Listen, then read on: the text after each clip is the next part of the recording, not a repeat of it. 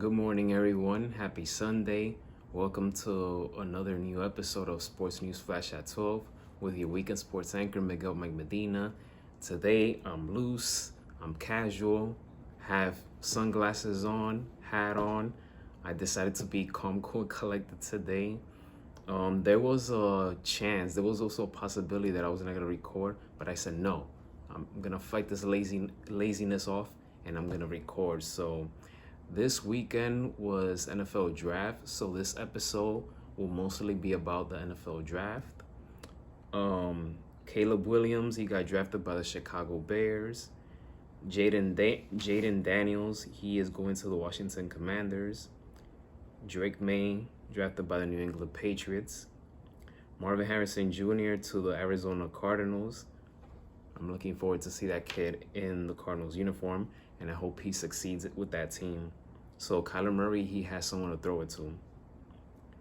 Now, the one that everybody has been criticizing, the Atlanta Falcons, they drafted Michael Penix Jr., which came to a shock to everyone because they did sign Kirk Cousins for 4 years. So coming into training camp, those two are going to battle out for the starting position. But I think Kirk Cousins got this. Michael Penix Jr. will get the Aaron Rodgers treatment in terms of sitting out and learn from Kirk Cousins. So the Falcons front office, in the long run, they will either be geniuses or really dumb by making this move. Bo Nix, quarterback Bo Nix, he got drafted by the Denver Broncos. Brock Bowers, the tight end out of Georgia Bulldogs, he got drafted by the Raiders. I want him to succeed with the Raiders. I wish him nothing but the best. The Carolina Panthers, they drafted running back Jonathan Brooks, which in my opinion is an underrated pick. There were 13 Michigan players that got drafted in this year's NFL draft, and I'm going to mention some of those names. J.J. McCarthy, Chris Jenkins, Mike Sainristil, Junior Colson, Blake Corum, Roman Wilson, Zach Zinter. Those are some of the names that I just felt like mentioning there. Speaking of J.J. McCarthy, he got drafted by the Minnesota Vikings. I feel that as a 21-year-old, he has an elite leadership about him. He's well-spoken. He's well-poised. He's ready to put in work. If you saw that press conference, I feel that he's going to succeed. I have that good feeling about it. Him and Justin Jefferson, I'm looking forward to see them work together. And I really hope that they become a great quarterback wide receiver duo, JJ to JJ. So I wish JJ McCarthy nothing but the best. I like him. I like what he brings to the table. And like I said, I feel that with his leadership and his positive mindset, I feel that it's going to pay off dividends for this Minnesota Vikings team.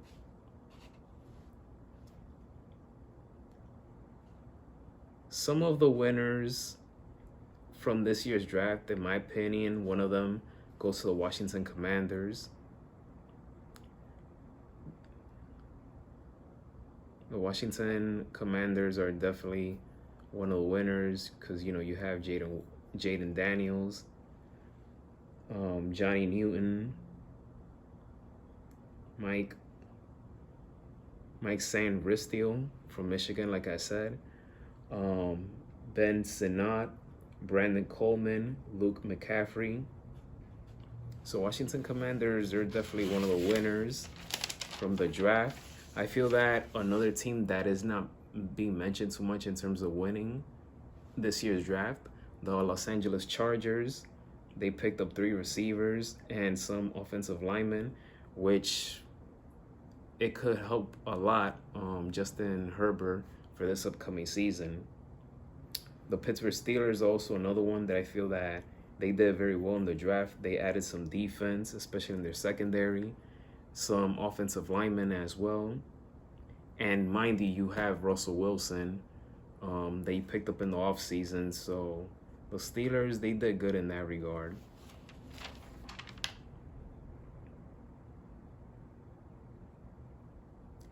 In day 3 of the draft, the NFL draft set out a new draft record with 137 straight picks without a quarterback being taken.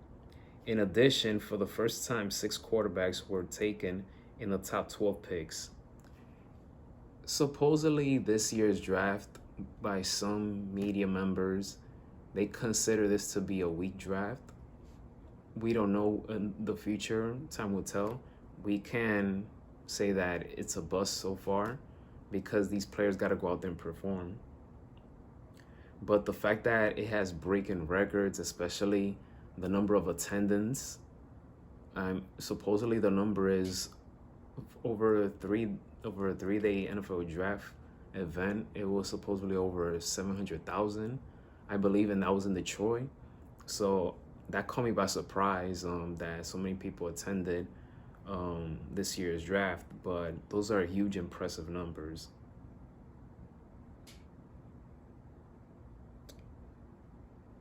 The New York Giants, I feel like their draft picks were solid.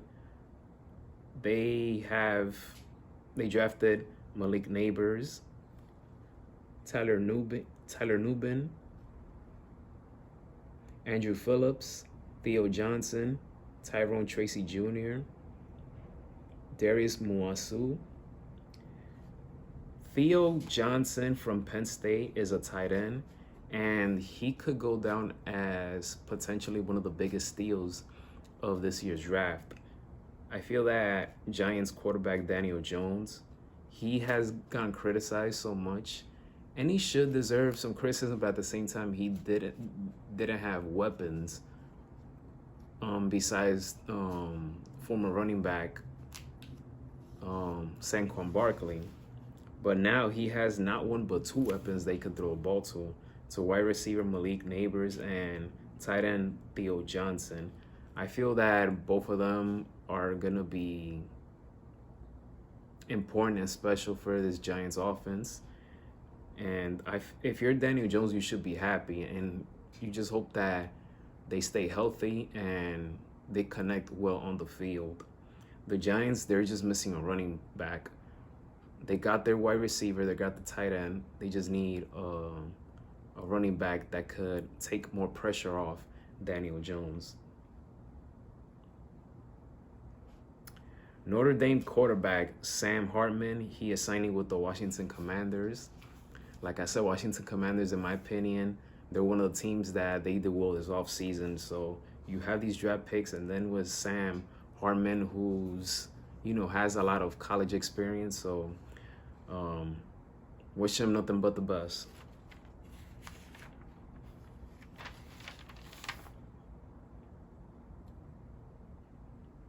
The Jets, they selected Jordan Travis in the 5th round out of Florida State. He holds the Seminoles' career records for total offense, which is 10,559 yards and a total touchdowns of 97. Miami Dolphins, they selected running back Jalen Wright. I feel that's one of the intriguing, underrated draft picks of this year's draft. They also bolstered their pass rush by adding Mo Kamara. He was the 2023 Mountain West Defensive Player of the Year. So Miami did good in that regard. A team that made it to the postseason last year.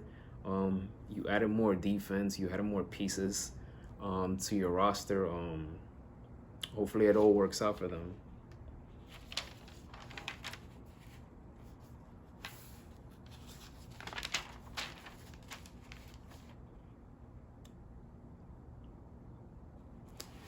And yeah, so you have some winners there, some losers. You could say New England, you can say Atlanta as well. But winners, I would say Minnesota, Washington, Pittsburgh, the Giants to a certain extent, the Chargers. So this was an interesting event of the NFL draft. Let's just hope who will rise to the occasion. Just because you're a top pick, that means that you're gonna succeed. For me, some of the best stories are the low level draft picks that go on to succeed in the NFL because they don't have, I mean, it could be a variety of reasons. The media not paying too much attention to that particular player, not so much pressure is being put on them by the media. It could be a variety of different reasons, but I feel that they have a chip on their shoulder in the sense that the scouting report disrespects them, that they can do this, that they can do that, their weakness here, their weakness there. So they, whether the majority of them admit it or not, that they say, oh, I don't read newspapers, I don't read that. I feel the majority of them, they do read it and they use that as motivation. They staple whatever is written on an article, newspaper, etc. They staple that on the wall and they look at it every single day that they wake up. So from this draft class, I'm gonna be paying attention to mostly the ones that are low-level draft picks, underrated picks. So I'm looking forward to some of these names that I mentioned here in this episode, and hopefully they prove a lot of people wrong. It continues to get worse for the Milwaukee Bucks. They are already dealing with an injury with Giannis. He hasn't played this postseason so far. And now Damian Lillard, who's the second best player on the team, he has suffered a strained Achilles tendon injury, and his status to play in Game 4, which will be later today, or I should say later tonight, is uncertain. He hurt himself in Game 3 on Friday night while taking the ball to the basket in the first quarter. He landed hard on his left leg and appeared to injure his knee, but then he came back in the second quarter. He tried everything he could, but you could tell that he was uncomfortable out there. Lillard, he's averaging 32 points per game and 5 assists in 3 games so far in this series against the Pacers. Game 4 will be tonight at 7 p.m. This is a very crucial game for the Milwaukee Bucks. It's a must-win game for them. And, Doc Rivers is the head coach, and I'm sorry, I like Doc, but I feel that every team that he goes to is like some kind of curse happens to that team, that they just can't get over the hump. They can't go all the way. And ever since he took over the Milwaukee Bucks, they've been a hit or miss this season. And now with these injuries happening, it's just unfortunate. So Chris Middleton, who needed to get going, he got going in Game 3. He had a very strong performance, but the Milwaukee Bucks lost in overtime. So I feel like that was a great performance that was wasted. I felt bad for him, but he's going to have to step up in Game 4 again and for the rest of the series, especially if you're not going to have both Giannis and Damian Lillard for the rest of the series. But Bobby Portis has to step up as well. He was one of the finalists for Sixth Man of the Year. He's had a terrific season. It's going to take the entire team to step up because it's not looking good so far for Milwaukee. And I'm going to wrap it up with this. OKC Thunder, the number 1 seed team in the Western Conference. This young team, I did not expect them to win the first 3 games of this first round series against the New Orleans Pelicans. However, Zion is out, and it's unfortunate that he got hurt. So it would have been interesting to see how it would have been if Zion would have been healthy. But regardless, the Pelicans to lose the first 3 games against this OKC team, I did not see that coming. But OKC, man, I love this team. I like their togetherness. I like that after the game, they did an interview on NBA on TNT, and it was the group of them that were there for each other. It wasn't just one guy. It was a group of them that were there. So this team reminds me like the San Antonio Spurs with the Tim Duncan era, the Miami Heat, even the Golden State Warriors, in the sense that they play so well sharing the ball. And even the Denver Nuggets, I got to shout them out as well. All these teams, you know, they share the ball, and that's why they end up winning games. And this OKC Thunder team, led by SGA, they are so good together. Chet Holmgren being a great rim protector. Jalen Williams, fascinating player. I like what he brings to the table. This team, the way they share the ball is absolutely beautiful basketball. I love seeing teams that share the ball so well. They bring out the best out of each other.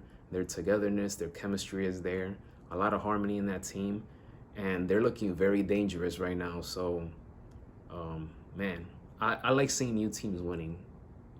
I like seeing new teams winning. So teams like OKC, Denver, Minnesota, I hope that they can compete for years and years to come, because, you know, the era of Steph Curry, LeBron, and KD, you know, marching to the finals and dominating the league, I feel like it's coming to an end, which is a good thing, because, again, I like seeing new teams, new players competing. And that does it for this episode of Sports News Flash at 12. Please hit that thumbs up, hit that subscribe button. Email me if you have any questions, anything that you want to see for future episodes.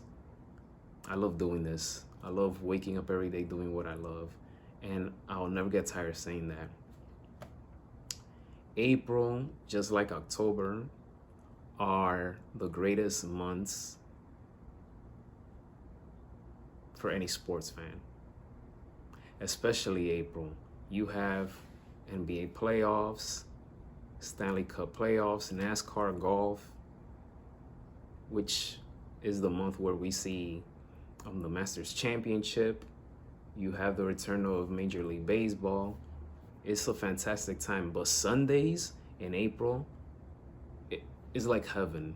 So today we have 4 playoff games, 4 Stanley Cup games, baseball regular season, NASCAR.